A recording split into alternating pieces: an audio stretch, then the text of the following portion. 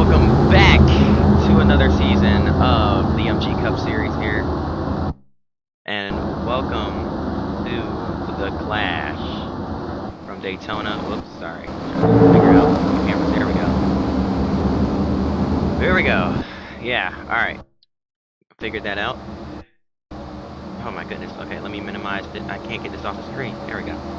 Sorry, technical difficulties. But we're here at Daytona to kick off another preseason showdown here at the Clash. Drivers are set for a quick 16 lapper here, and this will be an exciting one. The cars are absolutely shining bright under the lights here. We got brand new cars. The car of tomorrow is here. It is now the car of today. We've got all our winners from last season, all our pole sitters, our past champions. There's our defending champion, Tony Stewart, starting on the pole here. We've of course got Fred Jones in the field after his win at Bristol, I believe, where he won at. Got 14 Jeremiah Cook after his win at Atlanta, and our wild card entry, Paul Menard, impressed officials at Homestead, which is another reason why drivers are so aggressive there in the final race of the season, and he got into this race. But the green flag is in the air. We're racing from Daytona. Speed Weeks is officially underway from the World Center of Racing.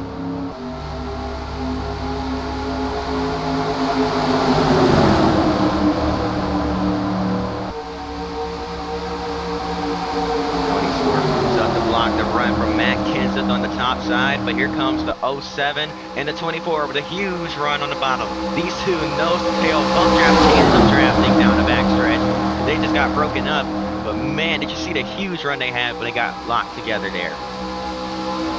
These two got hooked up. They absolutely flew around this racetrack. There might be something to take note of here with these new cars.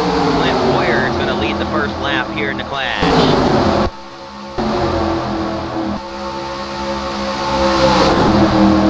Look at this, Denny Hamlin on the bottom. Big push from his new teammate, Kyle Busch, in that 18 car.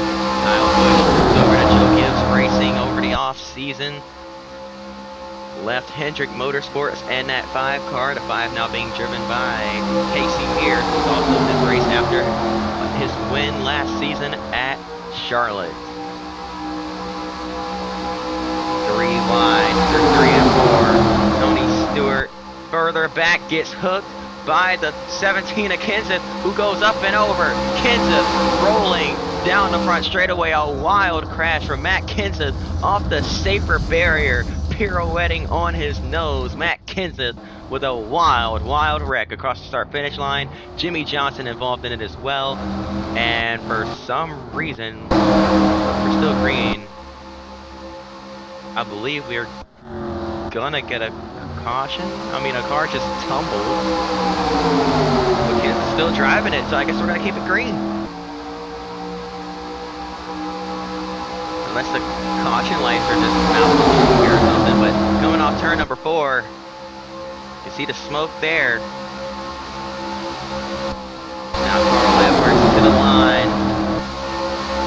Gonna lead that lap.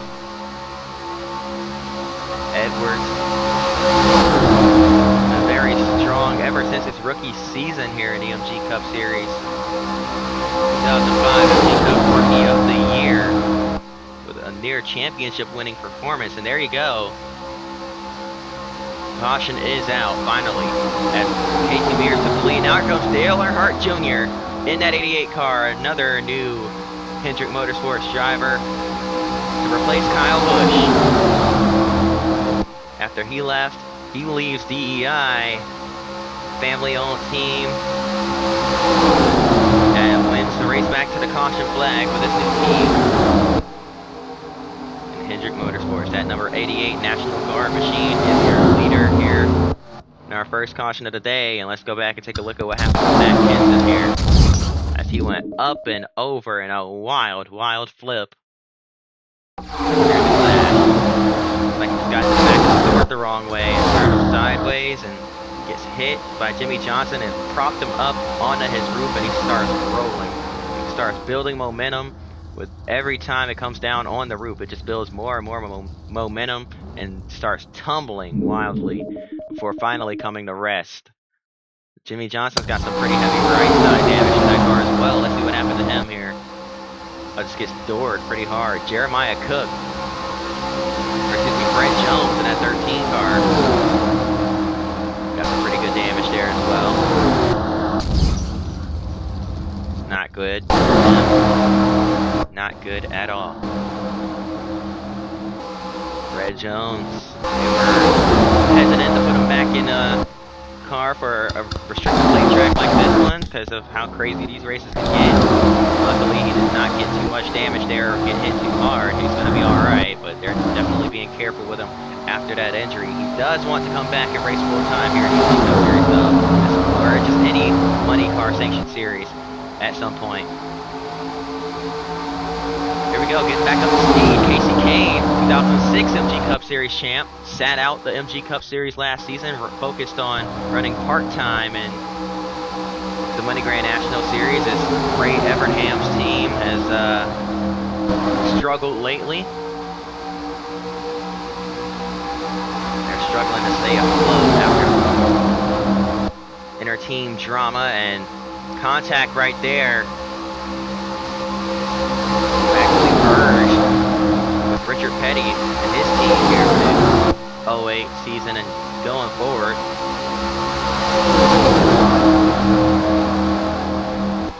So the 43 car is now a teammate to the 9 of Kasey Kahne. Heading down the backstretch, a little bit of 3 wide here. These cars bump draft way better.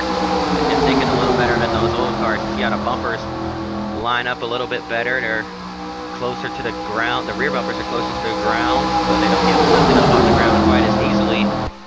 That's allowing for some crazier, more chaotic and closer racing. But of course, close racing comes great consequence. These guys can get a little too aggressive with their shoves, and there's the big wreck right there. We've seen it once already, as they're 4 wide, heading through turns 1 and 2. Dale Earnhardt Jr.'s in the middle of that. They're going to possibly squeeze together down the backstretch. Can they keep it straight? Looks like they will. Lots of shuffling around. Drivers trying to get down to the bottom. They know it's going to end in disaster. They want to be down on the bottom so they can have somewhere to go to avoid it in case it does pop off. So come off turn number 4 yet again.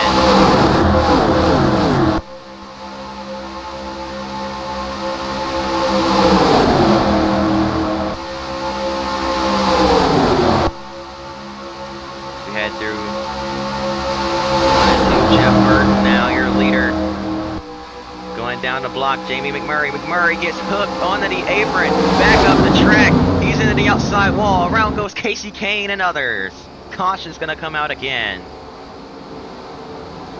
One car just hit the inside wall there. I think that was Denny Hamlin down at the bottom of the racetrack. Yes, it is Hamlin. Clint Boyer caught up in that as well. Jimmie Johnson's got more damage in that 48 car.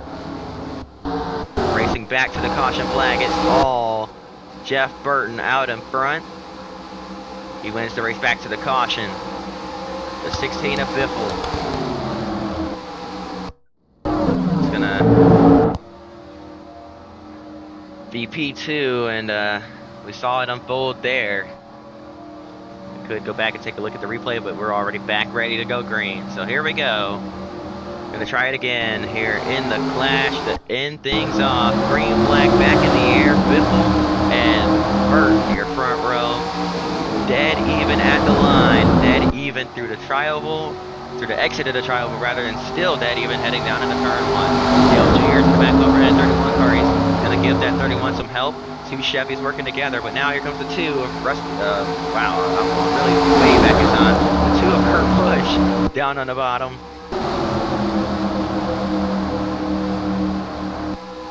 Kurt Busch to the inside, looking for the lead. Gonna have a push forward, but it's not enough of a run. Burton drops back down to the bottom of the block. Here goes Paul Menard on the inside. Menard, our wild card entry into this race, had no stats that earned him an entry slot, just impressed MG Cup officials enough to earn that wild card entry. He's here on the bottom looking for the race lead. What an upset it would be if he got up there and won this thing. Oh, but he's into the back bumper of Harvick. They get hooked together, but they're going to keep it straight. And it's further back, our fan vote winner, Bill Elliott, in the 21 car is up into the mix. We haven't seen much of him today, but he's up into the pack now, looking for a possible $75,000 bonus to get his season into bragging rights as well. Coming to 2 laps to go in the clash at Daytona. Greg Biffle with a move to the inside, making it 3 wide. Underneath Menard and Kurt Busch. Gonna get a push from Dale Earnhardt Jr. Jr. on the bottom.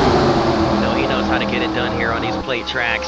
Off of turn 2, Biffle takes the momentum up high to stay in the draft of Harvick. Harvick goes up to the top of the block.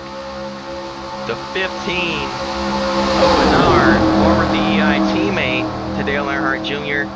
Where's he gonna go?